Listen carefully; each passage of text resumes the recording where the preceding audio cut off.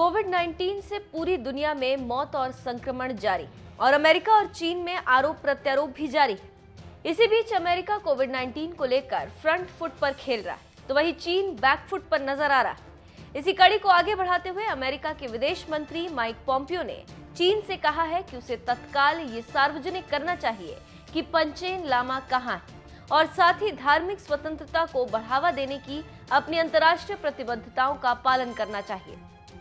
यहाँ पर एक दिलचस्प बात बताते चले कि पॉम्पियो का बयान ऐसे समय में आया जब पंचेन लामा तिब्बती बौद्ध धर्म की सर्वाधिक महत्वपूर्ण हस्तियों में से एक है।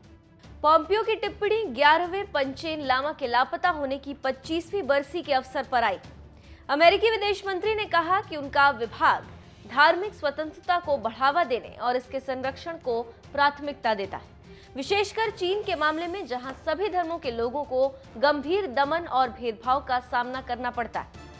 माइक ने आगे कहा कि इस मिशन के तहत हमने 17 मई को 11वें पंचेन लामा गेधुन चोइकी निम्या के लापता होने की 25वीं बरसी बनाई, जो 1995 में 6 साल की उम्र में चीन सरकार द्वारा अपहृत किए जाने के बाद से सार्वजनिक तौर पर नहीं दिखे।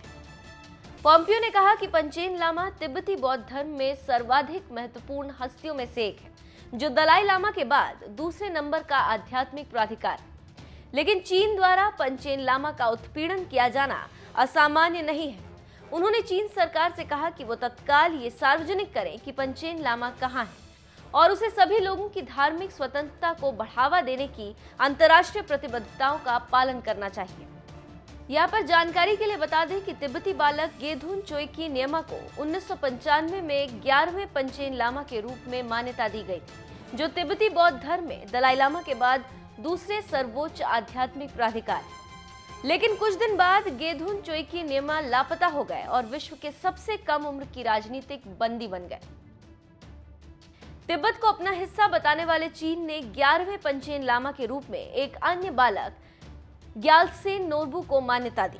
लेकिन भारत में स्थित तिब्बती संसद कशाग गेधुन चोइकी नियमा को ही लगातार 11वां पंचेन लामा मानती चली आ रही है। तिब्बती आध्यात्मिक गुरु दलाई लामा भारत के धर्मशाला शहर में रहते हैं और यहीं से निर्वासन में तिब्बत सरकार नाम से केंद्रीय तिब्बत प्रशासन काम करता है। तो आप समझ सकते हैं कि अमेरिका चुन चुन कर हमला कर रहा है और इसी कड़ी में अमेरिकी विदेश मंत्री माइक पॉम्पियो का बयान आया है।